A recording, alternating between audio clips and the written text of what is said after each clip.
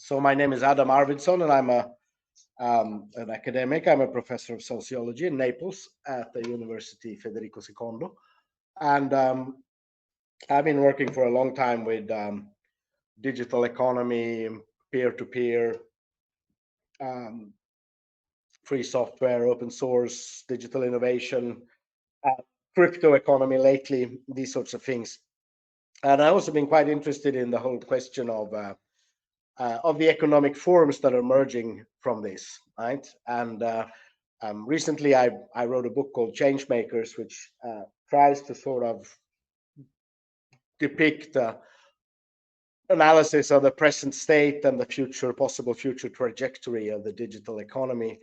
Um, and within that book, and also in another paper I wrote, I discuss the question of the commons, which Felix asked me to talk about today, particularly. Um, so I'll just do that, right?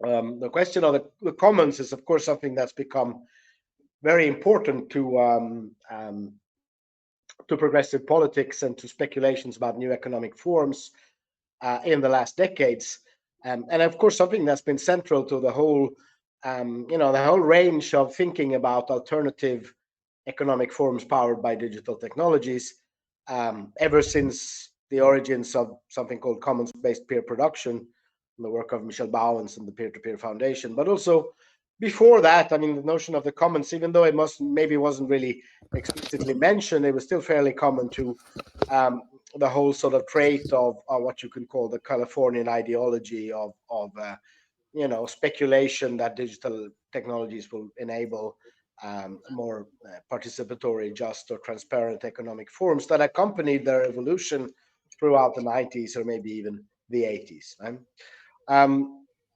And this notion of the commons has usually been presented as something that is antithetical to capitalism, right? So while on the one hand you have a capitalist economy which is based on private property, on extraction, on exploitation, all these things, then you have like a commons-based economies or societies which are supposed to be. Sorry to interrupt. Felix, you have Discord audio open. And I see It's you. What's leaking. with the trial over and everything?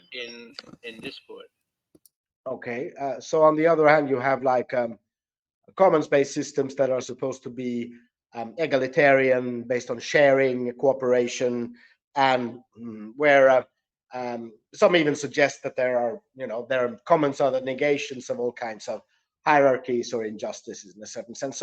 So this new attention to the commons on the part of progressive politics has, of course, how to say, charged the notion of the commons with a number of prospects for or desires or imaginations of alternative futures, which has transformed it into a fairly ideologically charged concept, so to say.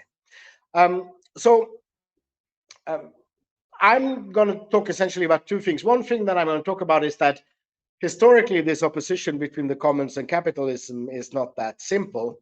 It's been more complicated. And those complications are also relevant for understanding the potential role of the commons within the digital economy today. Right? But maybe first we can start with very brief definitions. One is that of capitalism and of the commons, right? So what are the commons to start with? Well,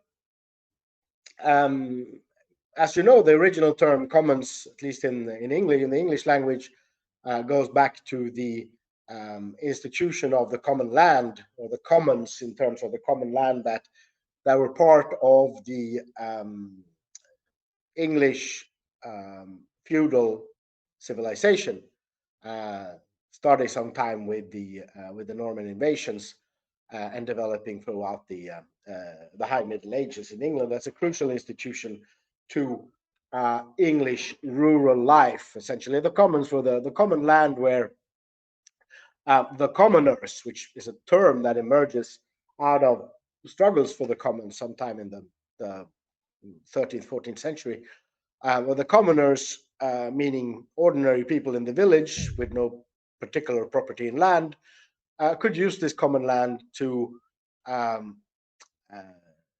for their like daily needs, right? You could graze a sheep or two, you could have some chickens, you could maybe plant a vegetable garden, you could gather wood for your stove and things like that, right? But the regulation, the use of the commons were generally regulated, so they're regulated in tradition and custom. So there are certain things you couldn't do. You couldn't like chop down all the trees, so you couldn't like put 100 sheep to graze to make wool or things like that. You have to sort of keep within the traditional normative framework. So in this sense, the commons are resources that are free for all, but they're free for all within the context of a traditional customary framework where there are certain traditional prescriptions for what is permitted and what is not permitted. Right? And this was basically the point that Elinor Ostrom did, the American economist who got the Nobel Prize for her work on the commons a couple of years ago. And she underlined this nature of the commons, that on the one hand, they're not free for all, right? They're not open access, but they are free resources that are free within regulatory limits. And this definition on the part of Ostrom was then, of course, in direct debate with an economist called Garrett Hardin, who wrote a very famous piece in the 1960s, late 1960s, called The Tragedy of the Commons, where he sort of argued that if you make things common and you don't put a price on it and you don't have any legal limits, then someone will inevitably overexploit these resources and they will take a free ride, as he said, and hence the common resources will be consumed and destroyed by this. Now, Garrett Hardin didn't make his argument base his argument on any sort of empirical research or evidence. He just deduced it from sort of classical economic principles. And Elinor Ostrom's work then was to use empirical research to show that in reality, that's actually not the case. The commons, the actually existing commons, are not free for alls, but they're defined by customary rules and traditions that protect them, safeguard them, and in a certain sense exercise stewardship over these type of resources.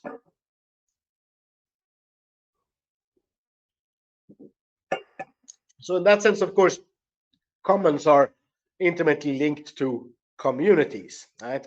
Commons are free resources stewarded by communities. And this is a linkage that's become particularly important in recent years, partly because of the proliferation of commons-based communities in digital production, like commons-based peer production and so on, right, which have sort of emphasized this link in a sense. But also on the part of contemporary Marxist or post-Marxist theorists like Massimo De Angelis, etc., who started to think about commoning or even commonism as alternatives to capitalism, right? So the idea that you could actually institutionalize an economic system based on communities using commons for the production of their ordinary everyday needs, right? And there's been a lot of more or less sophisticated attempts to model what such a communist economy could possibly look like, particularly. And a lot of these attempts, of course, are organized around some sort of notion of escaping from or delinking or exiting global capitalism, right? Which is a vision that's been quite strong in informing theoretical thinking on the part of particularly the Italian post-Marxist left since the 1980s and so on. So that's like the commons. But what is capitalism then? Well, capitalism, of course, is something very, very complicated, right? It's a bit, it's very difficult really to explain what it is. A lot of people say that capitalism is the same thing as free markets, which is historically not true, actually. I mean, markets have been around for a very, very long time. There's even evidence of Stone Age and Paleolithic trading networks, etc. So certainly since the beginning of urban civilization, there have been markets. But capitalism is much more recent. So something that arises in Europe in the High Middle Ages, sometime around the 14th century, and makes and becomes sort of the dominant social form sometime in the late 18th. So it's definitely something else, something different from markets.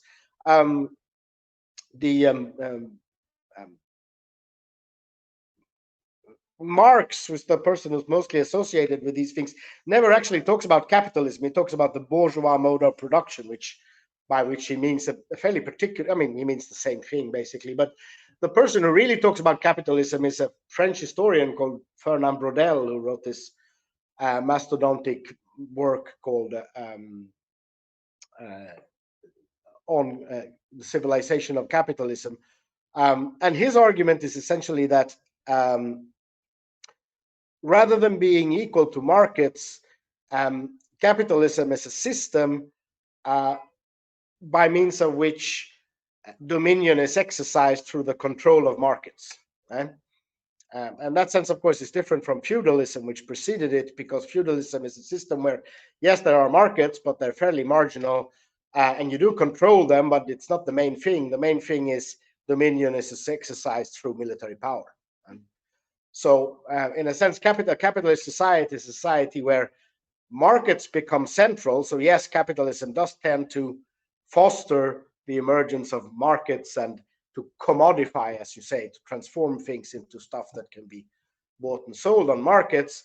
But capitalist power is exercised through the control of markets. So it's not free markets, right? It's markets that are monopolized or under oligopolitical control or are subjected to the powers of a number of small number of capitalists, right? So if you think about, for example, the ways in which the Italian Medici family was negotiating the control of the wool market and the wool trade market in the 14th and 15th centuries, the ways in which the big banking families of the High Middle Ages and the early modern period controlled the development of a European financial market, banking system, and letters of exchange, and all these sorts of things, on up to how the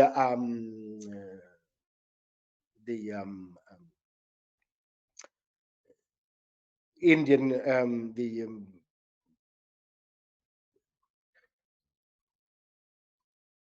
someone's talking. So, okay, that was that another voice that come up, or?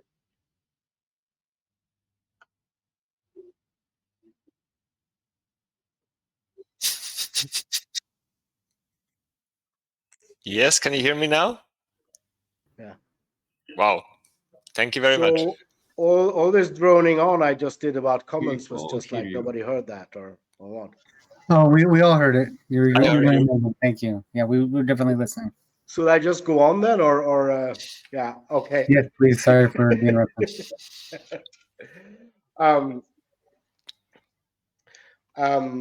Yeah, if you think about like the way in which the Dutch and the English India companies took over and structured trade with India and with Indonesia in the 17th and the 18th centuries. It's also perfect examples of capitalist forms where you have trade and markets, yes, but they're under the very heavy-handed military control of these essentially weaponized companies, right? The India companies were joint ventures between the state and private capitalists, where the Navy and the Army were put to work to secure trading interests and the dominion of markets on the part of the stakeholders, as you would say today, right? So, in this sense, of course, there is a big definition that you could very well say that historically capitalism is the continuation of political domination by means of the feudal elites, but through different means, through means of sort of economical control rather than direct and military confrontation, although that part, of course, still exists as well. So the difference then, of course, between commons and capitalism is, you could say, I mean, in a certain sense, Brodel also used these he talked about 3 different levels, which I find quite useful. He says that, on the one hand, you have the level of great exchange, which would be like the great level of big capital, right? So the big trading houses in the Middle Ages, the East India companies in the 17th and 18th centuries, large industrial conglomerates in the 19th century, the Ford, General Motors and General Electrics, and the big corporations of the 20th century, and maybe today the Amazons, the Googles, the Facebook, and the large hedge funds of contemporary capitalism, right? Which is the level of great power. Sorry about that, and great political decisions, where a small number of people are able to structure the way in which important markets, today the most important market, of course, is the market for capital, financial markets, operate, right? You would estimate that there are about 15 big actors that essentially control what happens on global financial markets today. They don't necessarily cooperate. That's what sort of differentiates this theory from conspiracy theories about the Bilderbergs and other. I mean, you can understand that people think that the world is run by the Bilderbergs because there are about 100 people who are actually running the world. The only difference is that they don't necessarily cooperate and they don't necessarily have a shared vision, right? There is a lot of inter-capitalist conflict as well, right? Which doesn't really make it into a conspiracy. And then you have a middle level, which is the level of markets and everyday exchange, right? The level of your local vegetable market or your local coffee shop or whatever, which is a level of market exchange, but which is not really capitalist in any meaningful sense of the term, because these people don't have a lot of capital to start with, right? And they don't really have a lot of power to control markets either. And then you have the level of everyday life, right? The level of all the type of activities, not only economic, but also others that go on in everyday life without really touching either markets or capital, like when you, I don't know, make dinner for your girlfriend or clean up the house or exchange something with your friends, or that's an activity that's not really touched either by markets or by great capital. And you could say maybe that the commons are located on that level, right? The commons are, in a certain sense, this long durée, as Fernand Braudel said, a long sort of slow changing structures of everyday life being transformed into some sort of a productive resource, right? Suddenly you can discover that your personal knowledge, your social contacts, your ability to communicate and to coordinate with other people can become a productive resource in some way, can help you to organize a project or to write code or what do I know. And then that becomes a kind of commons in a way. So having said that,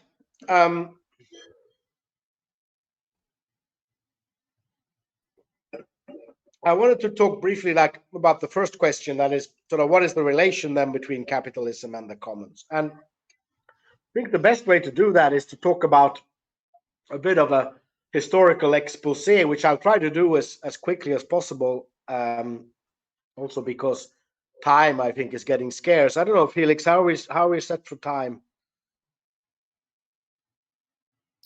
Okay. I would say go 10 minutes more if you want. Okay, all right.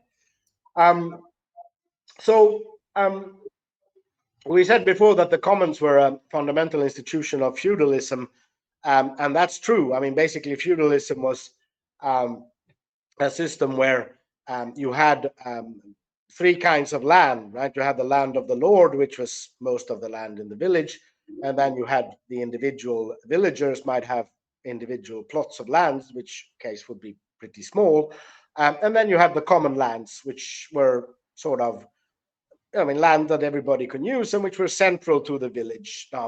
And these commons, they became a very important source of conflict as feudalism developed, right? I mean, because the natural tendency, of course, within feudalism was that feudal lords would try to extract as much as possible from the villages and that they controlled. And this tendency became even stronger with the early commercialization of agriculture, where feudal lords would start breeding sheep for the wool market, for example, or growing wheat for a growing urban population. They would be interested in privatizing these common lands as much as possible. So there was a definite drive, I mean, starting already in the 13th century, but definitely accelerating as we became closer to the modern period, in which there were strong pressures to convert these common lands into private lands, the property of the feudal class, and spaces that can be used for grazing sheep, for example. And this was fairly successful under the Tudors in England, for example. There was a substantial movement of enclosures of the commons, which tended then to make the rural lifestyle impossible for the people who lived in the villages and force them to migrate to the cities, etc. Similar things that are happening today in the African countryside, for example, where the pressures of climate change and land grabbing are forcing a lot of people to migrate to the cities. But this also meant that the commons became fundamentally important for social movements defending against this type of feudal power, right? And the earliest, perhaps the most famous example of this is the Magna Carta and the Forest Charter of 1218, if I'm not mistaken, which was the compromise where the king had to recognize the claims of the movement that already at that time called themselves the commoners for safeguarding common lands and common forests against a privatization on the part of the feudal class. And if we go further up, this theme of the commons remains fundamental for social movements throughout the medieval period, moving all the way up to the English Revolution, where the levelers and the diggers would invoke the Magna Carta and would speak about the commons and would call themselves commoners in sort of resisting demands from not so much the aristocracy now, but more a new and powerful merchant class that was on the rise. So in that sense, of course, the commons were certainly strong and important to these type of social structures during the medieval times, and they worked as sort of a resource for anti-feudal mobilization. But at the same time, the commons also became a resource for the development of a new petty bourgeois class, right? So in the cities, for example, the people that have been kicked out of the rural commons would migrate to the cities. They would set up shop as carpenters or blacksmiths or bakers or whatever. And they would join together in guilds and corporations. And these guilds and corporations would cultivate a common identity, common skills, and pool their power resources to exercise market control, and act also as a support system for these particular artisans, right? So they erected a particular type of commons around this new type of market-oriented, Marx would call it petty production that these people engaged in. And in the countryside, particularly in England, you would see a new class of yeoman farmers, which would be not members of the aristocracy, but self-owning farmers, fairly wealthy and oriented towards commercial agriculture, so growing stuff that they sold on the market. And of the very, I mean, it was the important sort of political strata of the English countryside, from particularly after the Black Death, which sort of threw a very strong blow to the old aristocracy. So these, Marx would call them petty producers, like people who were creating things for the market on the basis of their own skills, but relying on commons. We're relying on the commons in order to create the position. These people were also instrumental in creating the type of market society that would later lead on to capitalism, right? So in a sense, you could say, yes, there was a stronger position between feudalism and the commons, and there is a stronger position between the commons and capitalism today, in the sense that there's a lot of attempts on the part of large corporations to enclose and privatize common resources, particularly knowledge commons and bio ecological commons, biological commons, etc. But at the same time, in the transition to capitalism in Europe, the commons were also very, very important in supporting this new class of market-oriented petty producers who would become who are the ones who would pave the way for a new market society. And this leads us to the second point, which might allow me to make a timely conclusion, which is that you could see, I think, fairly similar tendencies today, in the sense that, on the one hand, of course, we have the commons as a resource that are being invoked, particularly among more politically conscious members of alternative digital projects, right? So you have people like, certain parts of the peer-to-peer foundation, or certain parts of the new agricultural economy, etc., etc. They see the future as a commons-based society, a society of commoning that is distinct from capitalism, and that tries to de-link from global capitalism, and where you no longer trade things, but you simply share and all these things. And these are maybe visions that are a little bit exhausted today, but 10 years ago they were quite popular within contexts like the sharing economy and things like that, before that became completely commercialized. But for most people who are working in digital innovation projects today, I think the situation is a bit different. It's rather a matter of, on the one hand, you use common resources, right? You use open source software, you use common code repositories, you use the common competence to communicate on social media, and you use you live together, maybe you have co-working spaces, and you have co-living spaces, and you share also have an everyday life in common, which somehow becomes a productive resource, etc. But at the same time, you're also trying to operate on markets, right? You can see what you're producing as something that should be exchanged on markets, so that should attract capital from the sales of tokens or ICOs or whatever other mechanisms. And you think, in a certain sense, the ideal that seems to be coming out of this vast universe of alternative digital economic forms, which ranges all the way from Wikipedia via the crypto economy, the social enterprises, and alternative agriculture, and makers, and what have you, right? All these, I call it the industrious economy in my book, right? And it's a vast universe of very, difficult to define the borders, etc. But what seems to be coming out of that is an ideal very similar to those of early modern petty producers, an ideal of essentially egalitarian and transparent markets, where you buy my crypto token, and I make your website. That's right. A bit similar to what Adam Smith said about his breakfast, right? You get it from the baker and the butcher, who act according to their own self-interest, but they do it in a way where neither of them really have any control over the market. Neither of them is really a capitalist in any meaningful sense of the term, right? At least not according to the definition we had before.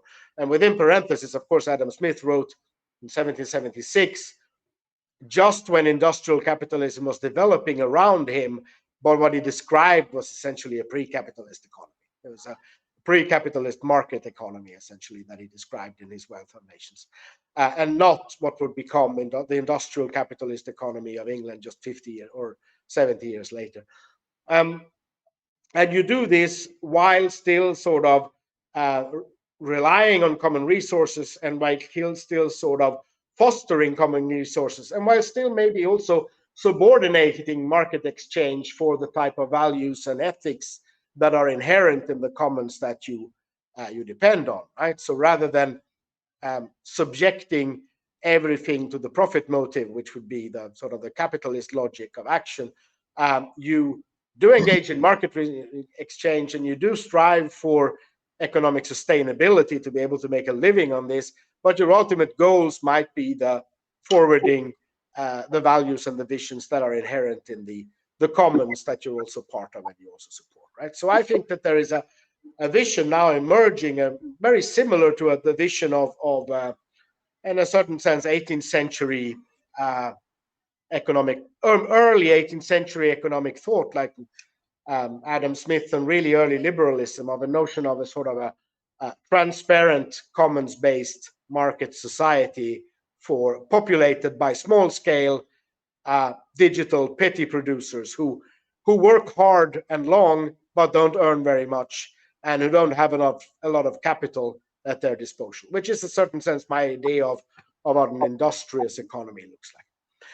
And whether this vision is realistic, whether it can be sustained in the future, or whether it can create the type of economic and political forms that would enable it to defend itself against very, very strong capitalist interests, and whether it's able to prevail as a sort of an alternative economic organization, that's entirely up to the future to see, right? There are a lot of arguments that can be made both for and against, and we don't really know right now. I have some ideas which maybe you can ask me about in the discussion if you like.